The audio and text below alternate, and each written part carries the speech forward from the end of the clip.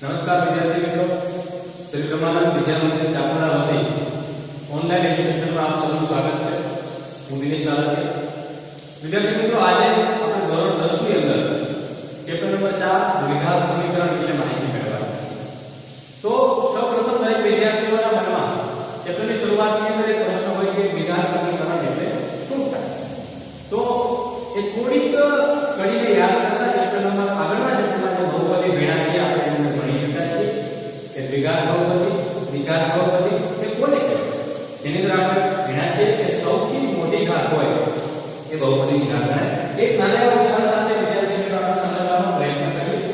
દાખલા તરીકે 3x નો વર્ગ વત્તા 2x વત્તા અહીંયા મિત્રો આ બહુપદી છે। કેવી બહુપદી છે? તો કે દ્વિઘાત। શા માટે દ્વિઘાત બહુપદી છે? જો ઘાત તરફ નજર કરવામાં આવે વિદ્યાર્થી મિત્રો તો અહીંયા 3 પદ આવેલા છે। જેની અંદર પ્રથમ પદ છે 3x નો વર્ગ છે, બીજું એ 2x છે અને ત્રીજું પદ છે એ અચળ છે। હવે બહુપદી શા માટે દ્વિઘાત છે એ આપણે વિગતે સમજીએ। અહીંયા પ્રથમ પદની અંદર x ની ઘાત કરતા એ 2 ઘાત છે, બીજા પદની અંદર x ની ઘાત 1 છે જે સુરેખ ઘાત કહી શકાય, જે ન દર્શાવે તો પણ ચાલે, અને ત્રીજું પદ છે મિત્રો જે અચળ અંતિમ પદ છે। હવે ત્રણેય ઘાતમાંથી સૌથી મોટી ઘાત કોઈ હોય તો પ્રથમ પદની છે અને ઘાત 2 છે। તેથી બહુપદીની ઘાત આપણે 2 ઘાત કહી શકીએ। એટલા માટે આ બહુપદી દ્વિઘાત છે। હવે મિત્રો દ્વિઘાત બહુપદીનું પરિણામ તો શૂન્ય લેવામાં આવે। યાદ રાખો, અહીંયા ત્રણ પદની વચ્ચે સરવાળાનો સંબંધ છે। એ દ્વિઘાત બહુપદીનું પરિણામ શૂન્ય લેવામાં આવે એટલે કે 3x નો વર્ગ પ્લસ 2x વત્તા 1 પરિણામ શૂન્ય એટલે કે તમામની પ્રક્રિયા પૂર્ણ કરતા તમને જવાબ શૂન્ય મળવો જોઈએ। તો મિત્રો આ દ્વિઘાત સમીકરણ છે। કેવી રીતના દ્વિઘાત સમીકરણ છે? અહીંયા આ દ્વિઘાત બહુપદી છે કારણ કે ત્રણેય પદમાંથી સૌથી મોટી ઘાત એ 2 છે। દ્વિઘાત બહુપદીનું પરિણામ શૂન્ય લેવામાં આવે એટલે કે અહીંયા ગણતરી કરતા સરવાળાનો સંબંધ છે, બંને અજ્ઞાત છે, અથવા આપણને ખ્યાલ નથી કે શું છે, પણ તેનું પરિણામ શૂન્ય લેવામાં આવે વિદ્યાર્થી મિત્રો એ દ્વિઘાત સમીકરણ છે। તેથી એનું પ્રમાણિત સ્વરૂપ લેતા અહીંયા ax નો વર્ગ plus bx plus c is equal to 0। તમામ વિદ્યાર્થી મિત્રો આ દ્વિઘાત બહુપદીનું દ્વિઘાત સમીકરણનું પ્રમાણિત સ્વરૂપ છે। જ્યાં એક વસ્તુ હંમેશા યાદ રાખવાની છે આપણે કે કોઈ પણ દ્વિઘાત સમીકરણની અંદર a b અને c એ વાસ્તવિક સંખ્યાઓ છે। ત્યારબાદ એક વસ્તુ ખાસ ધ્યાનમાં રાખવાની કે કોઈ પણ દ્વિઘાત સમીકરણની અંદર a ની કિંમત એ ક્યારેય પણ 0 નથી। આ ધ્યાનમાં રાખવાનું, a is not equal to 0 એટલે ધ્યાનમાં એ કે જો સમીકરણની અંદર a ન હોય તો તે દ્વિઘાત સમીકરણ છે નહીં। ક્યારેય પણ a ની કિંમત 0 કે ઋણ નથી એટલે હંમેશા ધ્યાનમાં રાખવાનું કે a belongs to n મતલબ કે a ની કિંમત હંમેશા ધન છે। Number 2 b belongs to z। શા માટે b belongs to z? z એક અપૂર્ણાંક સંખ્યા હોય એટલે કે સમીકરણની અંદર આપેલો b છે તે ધન પણ હોઈ શકે, જે શૂન્ય પણ હોઈ શકે અને ઋણ પણ હોઈ શકે। આ ખાસ ધ્યાનમાં રાખવાનું છે। અને c જે છે એ છે અચળ પદ। અચળ પદ મતલબ કે c ની સાથે કોઈ પણ અજ્ઞાત x કે ચલ માટે છે એ x નો વર્ગ અહીંયા dx છે, જો c ની સાથે કોઈ ચલ હશે નહીં એનો મતલબ કે c છે એ હંમેશા અચળ પદ છે। આ વસ્તુ ખાસ ધ્યાનમાં રાખવાની છે। આગળ આપણે એ નક્કી કરીશું કે કેવી રીતના દ્વિઘાત સમીકરણ બનાવવામાં આવે છે, શા માટે દ્વિઘાત સમીકરણનો ઉપયોગ થાય છે। તો સૌપ્રથમ એ બાબતમાં આપણે ખાસ માહિતી મેળવીએ કે દ્વિઘાત સમીકરણનો ઉપયોગ કેવો છે। ઘણી બધી બાબતો વિદ્યાર્થી મિત્રો આપણા સામાન્ય જીવનની અંદર એવી હોય છે કે જે આપણને ખ્યાલ નથી હોતો અને એ માહિતી વિશે મેળવવા માટે આપણે હંમેશા કોઈ પણ વસ્તુની ધારણા કરવી પડે। તો એ ધારણા કરી અને જે પરિણામ મેળવીએ છીએ વિદ્યાર્થી મિત્રો એ દ્વિઘાત સમીકરણના માધ્યમથી આપણે મેળવી શકીએ। કેવી રીતના?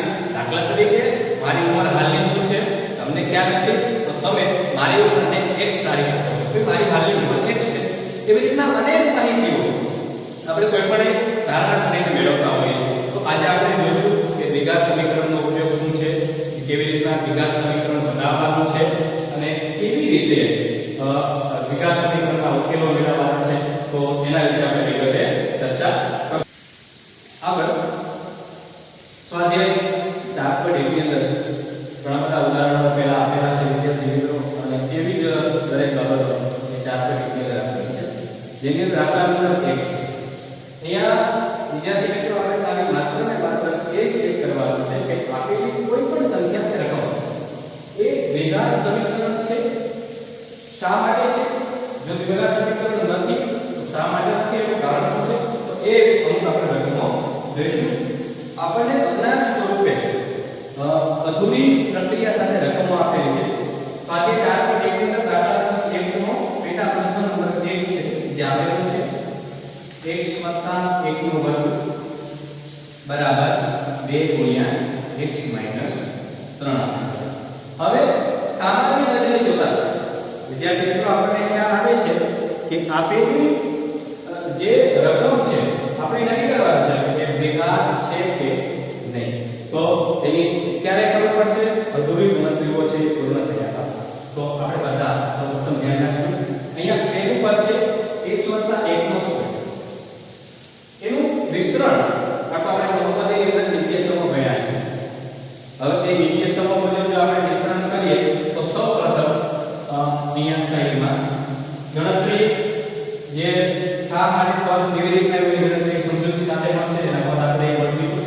પહેલું પદ છે બાળકો બહુપદીનો નિત્ય સમૂહ છે કે a + b² હોય તો આનું વિસ્તરણ a² + 2ab + b² આ રીતના. તો સેમ બાળકો જોઈ શકો છો કે પ્રથમ પદ અને આ નિત્ય સમૂહ એકબીજાની સાથે ધન રહેશે. x અને 1 વચ્ચે ધનનો સંબંધ છે. અહીંયા આપણે b વચ્ચે ધનનો સંબંધ છે, વર્ગ છે, અહીંયા પણ વર્ગ છે. આપણે પ્રથમ પદને a અને બીજા પદને b લઈએ તે પ્રમાણે આપણે એનું વિસ્તરણ કરશું.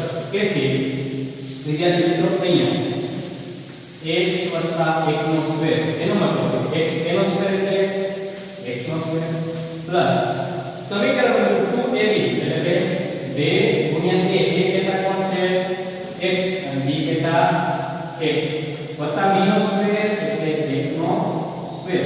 તેથી x + 1 નો સ્ક્વેર નું પરિણામ આપણને શું મળે? તો કે x નો સ્ક્વેર પ્લસ 2 * x * 1 એટલે કે 2x અને 1 નો વર્ગ 1.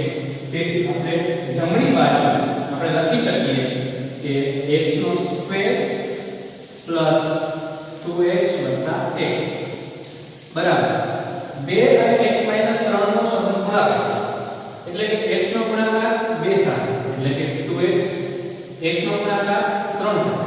ખાસ ધ્યાન રાખવાનું 2 છે ઘન છે 3 ઋણ છે 2 તેરી 6 પણ પ્લસ માઈનસ 6. હવે મિત્રો સજાતીય પદને આશરે લઈએ એટલે સજાતીય એટલે x વાળા પદ વર્ગ વાળા પદ અચળ પદ. તો આ સમીકરણને અહીંયા લઈએ તો આ બધા જાણો છો કે બરાબરની આ સાઈડ આવે એટલે સાઈડ જાય તો પ્લસ હોય તે માઈનસ થાય, માઈનસ હોય તે ઋણ. એવી રીતના x નો સ્ક્વેર વત્તા 2x વત્તા 1. 2x અહીંયા પ્લસ છે આ સાઈડ આવશે તો એ માઈનસ થશે 2x.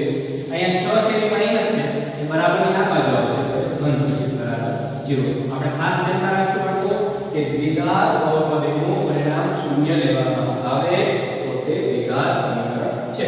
સજાતીય પદની ગણતરી કરતા વર્ગવાળું પદ કોઈ નથી એટલે કે x નો સ્ક્વેર વત્તા અહીંયા 2x છે પ્લસ છે, અહીંયા 2x છે માઈનસ. યાદ રાખો 2x છે પ્લસ છે, 2x છે માઈનસ છે નીકળી જશે કે બાદ થઈ ગયું. 6 પણ પ્લસ છે અને 1 પણ પ્લસ છે એને વત્તા 7 બરાબર 0. વિદ્યાર્થી મિત્રો આપણે પ્રશ્ન એ થાય કે હવે આ દ્વિઘાત સમીકરણ છે કે નહીં? તો કે હા અહીંયા આ દ્વિઘાત સમીકરણ છે. શા માટે છે? આપણે પ્રશ્ન થાય પ્રમાણિત સ્વરૂપ મુજબ અહીંયા b પદ જ નથી. આપણે બધા જાણીએ છીએ કે x નો સ્ક્વેર અહીંયા 2x છે પ્લસ છે અહીંયા માઈનસ છે એટલે નથી અહીંયા 2x વત્તા 7. તો આપણે અગાઉ પણ જાણ્યું મિત્રો કે b હંમેશા ધન ઋણ કે શૂન્ય હોઈ શકે. એટલા માટે x નો સ્ક્વેર b નથી એટલા માટે વત્તા 0x વત્તા 7 બરાબર 0. આપેલા પ્રમાણિત સ્વરૂપનું આ સમીકરણ સમાધાન કરે છે.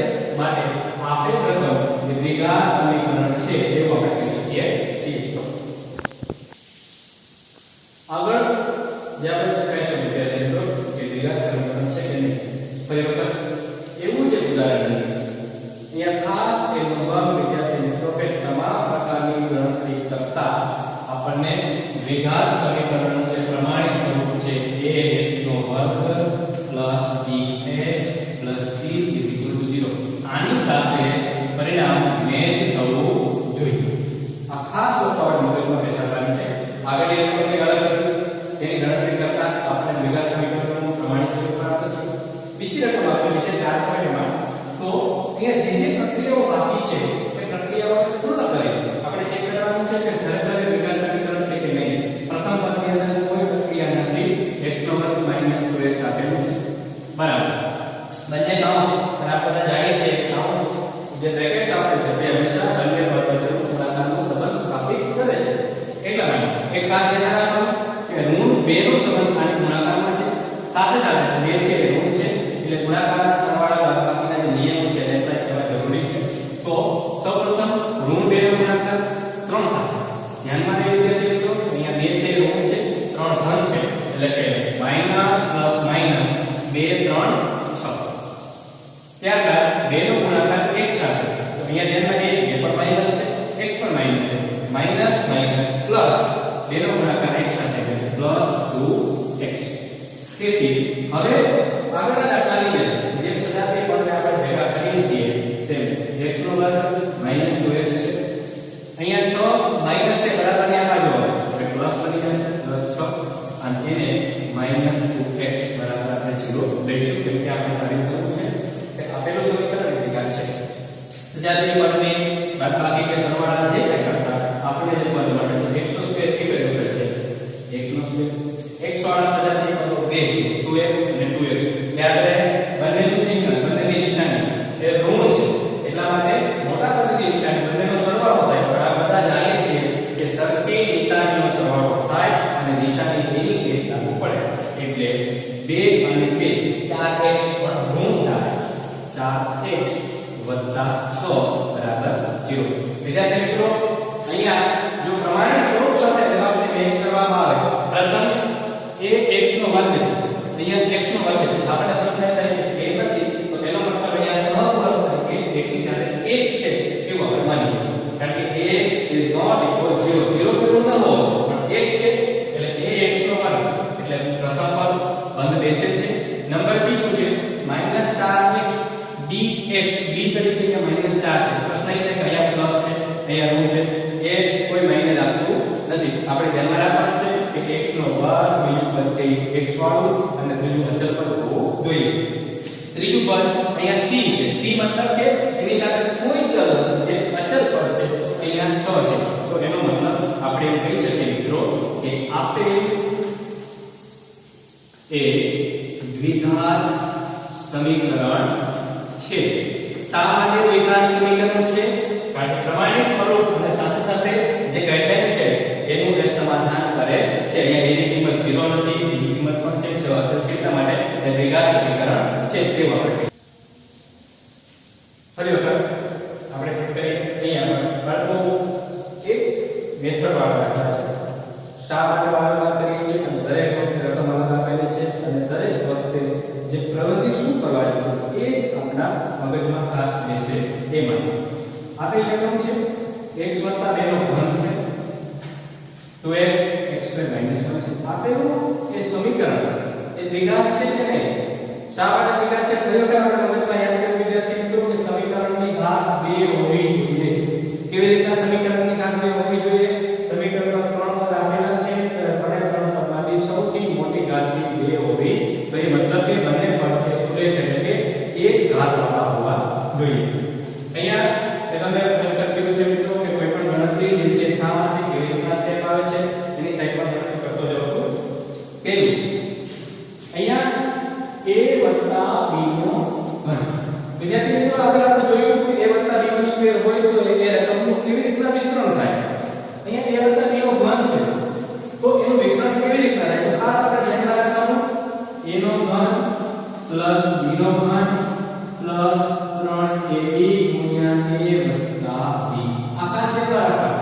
આની સાથે સેમ આપણે મિક્સ કરી દેવાનું કે એની જગ્યાએ x છે એની જગ્યાએ છે એટલા માટે એનું વિસ્તરણ કરતા x 2 નો ઘન a નો ઘન એટલે x નો ઘન વત્તા b નો ઘન એટલે કે 2 નો ઘન 3ab એટલે કે 3 ગુણ્યા x ગુણ્યા 2 અને કૌંસમાં x વત્તા 2 ગણતરી પૂરી કરી એટલે આપણે પરિણામ મળી જશે એટલે અહીંયા x નો ઘન 2 નો ઘન એટલે 2 નો 3 વખત ગુણાકાર 2 ગુણ્યા 2 ગુણ્યા 2 એટલે 2 2 4 8 3 2 6 x અહીંયા ગુણાકાર ખરેખર કરવાનો છે એક ખાસ ધ્યાનમાં લે કે આનો ગુણાકાર આપણે કૌંસ સાથે કરવાનો છે એટલે પહેલી વખત x 2 કોઈ ભૂલ લેશું કે નામ ન એ માટે એટલે આપણે વધારે લખીએ છીએ x 6x નો વર્ગ અને 6 ગુણ્યા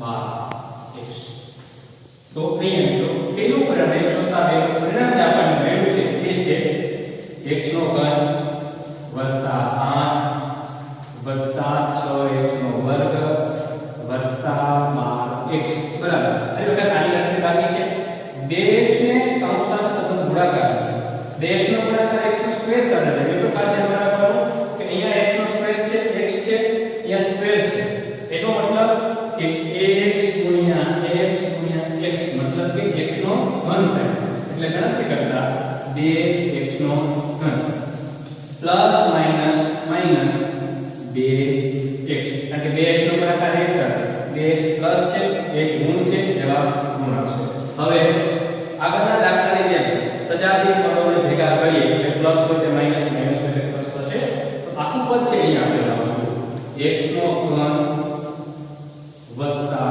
8 વત્તા 6 x નો વર્ગ વત્તા 12x અહીંયાથી 2x ઘન પ્લસ છે આ બાજુ અસર ઋણ થશે 2x નો ઘન અહીંયા 2x માઈનસ છે આ બાજુ પ્લસ થશે પરિણામ આપણે 0 તરીકે લઈએ છીએ સજાતીય પદના સરવાળા કેટલા થાય x ઘન નો પદ અહીંયા છે એક અહીંયા છે અહીંયા એ પ્લસ છે અહીંયા ઋણ છે તો આપણે જાણીએ છીએ કે x નો ઘન અહીંયા 2x નો ઘન છે તો આપણે જાણીએ છીએ કે x નો ઘન વધે પણ કેવી રીતે અહીંયા 2 ની નિશાની ઋણ છે એટલે x નો ઘન એ ઋણ બનશે ત્યાર પછી આવશે 8 જો કે આપણે સરવાળા બાદબાકી વાળા પહેલા લઈએ એટલે 2 6 જે બધી ગણતરી થાય એના વિશે વાત કરો તો ખ્યાલ આવે કે ગણતરી પૂર્ણ થઈ ચૂકી છે 6x નો વર્ગ એક જ વખત છે ત્યારબાદ 12x અહીંયા પણ પ્લસ છે 2x અહીંયા પણ પ્લસ છે સરખી નિશાનીના સરવાળા થાય અને નિશાની યથાવત છે 12 ને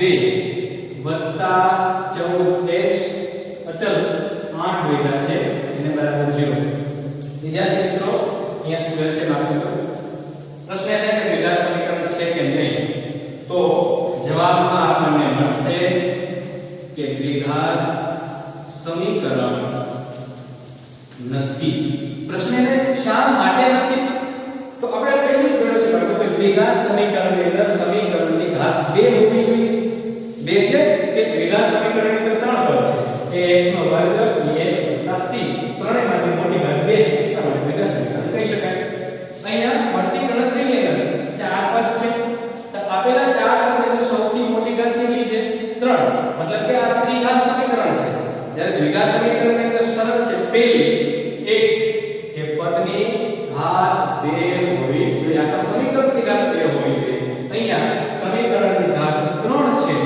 વિદ્યાર્થી મિત્રો ખાસ યાદ રહે આપેલા બે દાખલામાં સમીકરણની ઘાત 2 આપણને મળતી હતી એનું પરિણામ શૂન્ય હતું એ દ્વિઘાત સમીકરણ હતા અહીંયા તમામ ગણતરીઓને પૂર્ણ કરતા એટલા માલુમ પડે છે કે અહીંયા સમીકરણની ઘાત સમીકરણ આપ્યું છે -x નો ઘન વત્તા 6x નો વર્ગ વત્તા 14x વત્તા 8 ચારે પદની અંદર 3 ઘાત સૌથી મોટી છે તો આખા પદની ઘાત 3 ગણાય તો એ દ્વિઘાત કહી શકાય માટે આપેલ રકમ એ દ્વિઘાત સમીકરણનું સ્વરૂપ છે નહીં આગળ મિત્રો સ્વાધ્યાય 8.1 ના પ્રથમ દાખલાની અંદર આપણે જોયું ચકાસણી કરી કે આપેલી કોઈ પણ રકમ દ્વિઘાત સમીકરણ છે નથી શા માટે છે શા માટે નથી તો અહીંયા એક વસ્તુ ખાસ જોવાનું છે ફરી વખત ઉદાહરણ અને 4.1 ના અન્ય દાખલાઓ છે તેની વિદ્યાર્થી મિત્રો તમારે સાથે પ્રેક્ટિસ કરવાની છે આગળના દાખલાઓ વધારે આપણે નક્કી કરવાનું છે કે કોઈ પણ ને દ્વિઘાત સમીકરણ સ્વરૂપે દર્શાવવું હોય તો કેવી રીતે દર્શાવી શકાય મગજમાં એ બેસાડી લેવાનું બાળકો કે દ્વિઘાત સમીકરણનું પ્રમાણિત સ્વરૂપ શું છે. ફરી વખત દર્શાવો મિત્રો. અહીંયા a x નો વર્ગ પ્લસ bx પ્લસ c બરાબર 0 આ દ્વિઘાત સમીકરણનું પ્રમાણિત સ્વરૂપ છે. કોઈ પણ રકમ આ મુજબ હોવી જોઈએ. ત્રણ ઋણ જે હોઈ શકે. એક વસ્તુ યાદ રાખવાની કે પ્રથમ પદ a એ શૂન્ય કે ઋણ હશે નહીં. જો હોય તો એ દ્વિઘાત સમીકરણ નથી. આ પ્રક્રિયા કરીને બનાવવાની. અહીંયા કુલ પ્રશ્ન છે ઉદાહરણ તરીકે આપેલો છે. આપણે નોંધવાનું છે કે જમીનના એક લંબચોરસ ટુકડાનું ક્ષેત્રફળ 528 સ્ક્વેર મીટર આપેલું છે. ક્ષેત્રફળ એટલે લંબાઈ અને પહોળાઈ. લંબાઈ એટલે છે, પહોળાઈ એટલે છે આપણે આપવામાં આવેલું નથી, પણ ક્ષેત્રફળ 528 સ્ક્વેર મીટર છે. એક અંદર ક્લુ આપેલો છે એ છે કે લંબાઈ પહોળાઈના બમણાથી 1 મીટર વધુ છે. યાદ રાખો, લંબાઈ કેટલી છે? પહોળાઈના બમણાથી 1 મીટર વધારે. તો આપણે લંબાઈ અને પહોળાઈ શોધવાની વિદ્યાર્થી મિત્રો આપણે આ ગાણિતિક ગણતરીને આપણે દ્વિઘાત સમીકરણના સ્વરૂપમાં દર્શાવવાની છે. એટલે આ બધું દર્શાવવાની છે.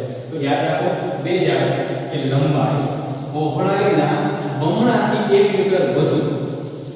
લંબાઈ પહોળાઈના બમણાથી 1 મીટર વધુ. પહોળાઈ શું છે આપણે ખબર છે નહીં. તો દ્વિઘાત સમીકરણની પહોળાઈની આપણે ધારણા કરવી પડે. તો ધારો કે લંબચોરસ ટુકડાની પહોળાઈ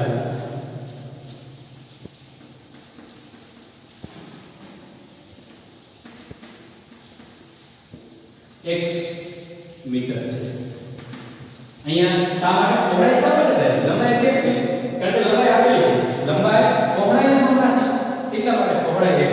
તેથી લંબાઈ યાદ રાખવું કે પહોળાઈના બમણા એટલે x ગુણ્યા 2x. યાદ રાખવાનું તફાવત બાદબાકી કરવાની છે. ઘણા કિતાઓ તો ગુણાકાર થાય, થી વધુ કિતાઓ તો સરવાળો થાય અને વત્તા ભાગાકાર. લંબાઈ 2x વત્તા 1 મીટર જેટલી થાય. કેવી રીતના? 2x વત્તા 1 શા માટે? તો કે અહીંયા લંબાઈ જે છે એ કેટલી છે? પહોળાઈના બમણાથી 1 મીટર. પહોળાઈ 1 x મીટર. બમણા એટલે x ગુણ્યા 2. બમણાથી 1 મીટર વધુ એટલે કે 2x વત્તા 1. એટલે આપણે મળ્યું છે. હવે ક્ષેત્રફળ કેટલું આપેલું છે? 528 સ્ક્વેર મીટર આપી દીધું છે. કેવી રીતના મળ્યું હોય? તો કે લંબચોરસનું ક્ષેત્રફળ બરાબર લંબાઈ ગુણ્યા પહોળાઈ હોય. એટલા માટે આપણે વિદ્યાર્થી મિત્રો ગણી શકીએ લંબચોરસનું ક્ષેત્રફળ બરાબર લંબાઈ ગુણ્યા પહોળાઈ. હવે ક્ષેત્રફળ આપી દીધું છે. કેટલું છે? તો 528 મીટર. 528 બરાબર લંબાઈ કેટલી છે? તો કે 2x 1 2x 1 ગુણ્યા પહોળાઈ કેટલી છે? x. ગુણાકાર કરતા આપણને ખ્યાલ આવે કે x નો ગુણાકાર 528 એ જતી રહેશે. x નો ગુણાકાર 2x સાથે એટલે બની જશે 2x². x નો ગુણાકાર 1 સાથે વત્તે વત્તા x. હવે 528 અચળ પ્રમાણિત સ્વરૂપ મુજબ છે. જો x નો સ્ક્વેર વાળો પદ છે, x વાળો પદ પણ છે, અચળ પદ એટલે 528 એટલે બરાબર ની આ બાજુ છે. પેલી બાજુ જશે તો એ ઋણ બની જશે. તેથી 2x² + x - 528 બરાબર 0. વિદ્યાર્થી મિત્રો આપેલા પદને દ્વિઘાત સમીકરણ સ્વરૂપમાં આ રીતના દર્શાવી શકાય છે.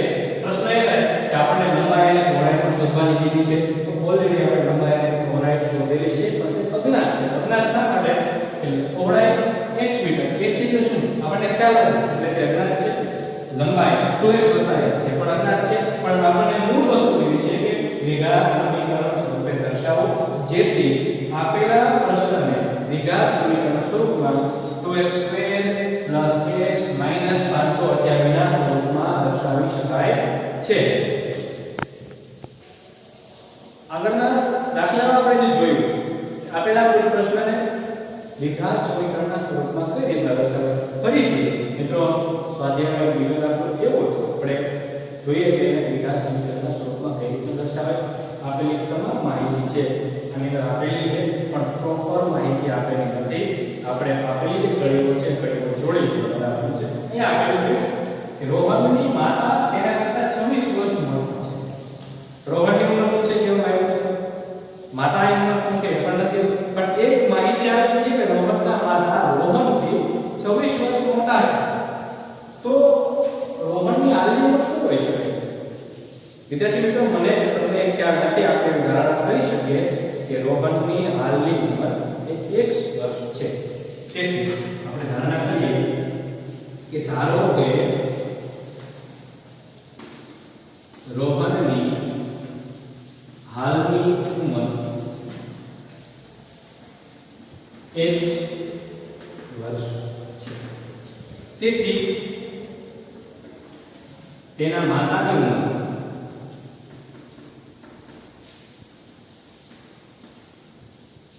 x વત્તા 26 વર્ષ થશે.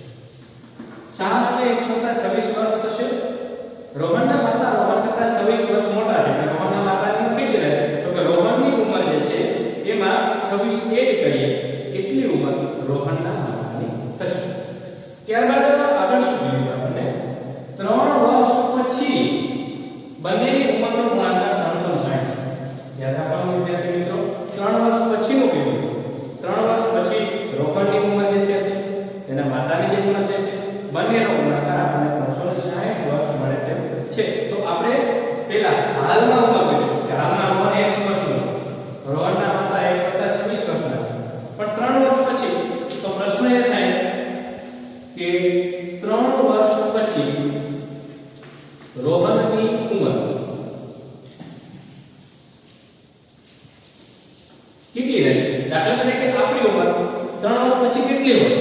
તો કે હાલની આપણી ઉંમર છે એમાં આપણે 3 એડ કરીએ. દાખલા તરીકે મારી ઉંમર હાલની 25 વર્ષ છે, એમાં 3 વર્ષ પછી મારી ઉંમર કેટલી રહે? 25 વત્તા 3 એટલે 28. રોહનની હાલની ઉંમર x છે. 3 વર્ષ પછી રોહનની ઉંમર કેટલી થાય? x વત્તા 3 એટલે x વત્તા 3. તેથી માતાની ઉંમર કેટલી રહે? તો માતાની હાલની ઉંમર x વત્તા 26. 3 વર્ષ પછી તો કે x વત્તા 26 અને એને વત્તા 3. તેથી માતાની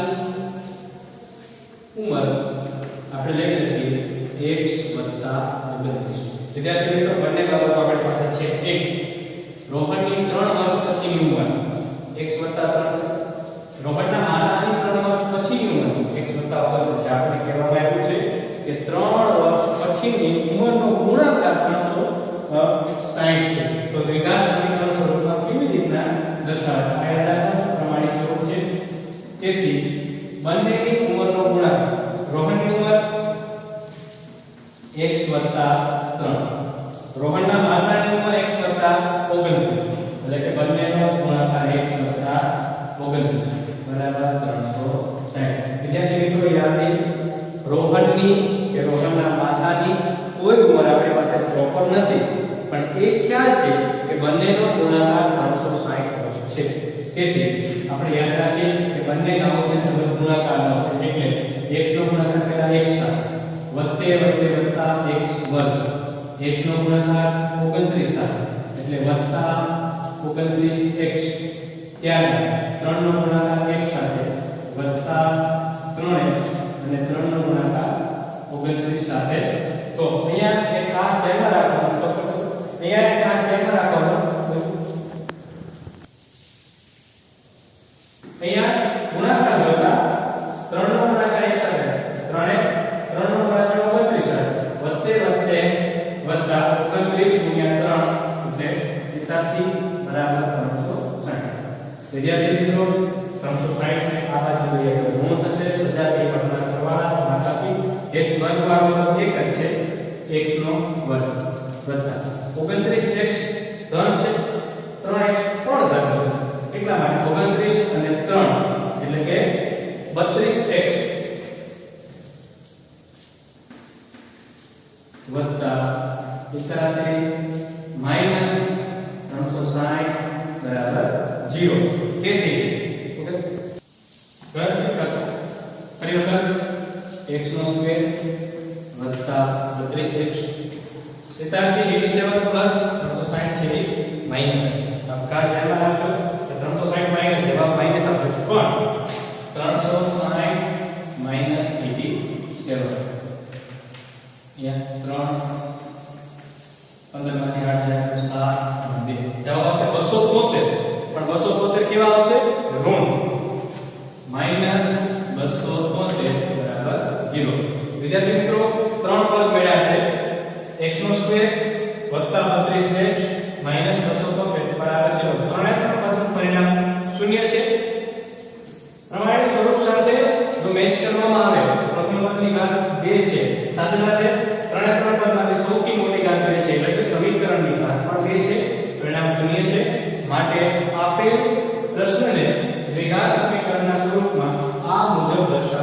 2 છીએ. સાથે સાથે રોહનની હાલની ઉંમર એ x છે, માતાની ઉંમર 1+26 છે, અને 3 વર્ષ પછી રોહનની ઉંમર 1+3 છે અને 1+29 એના માતાની ઉંમર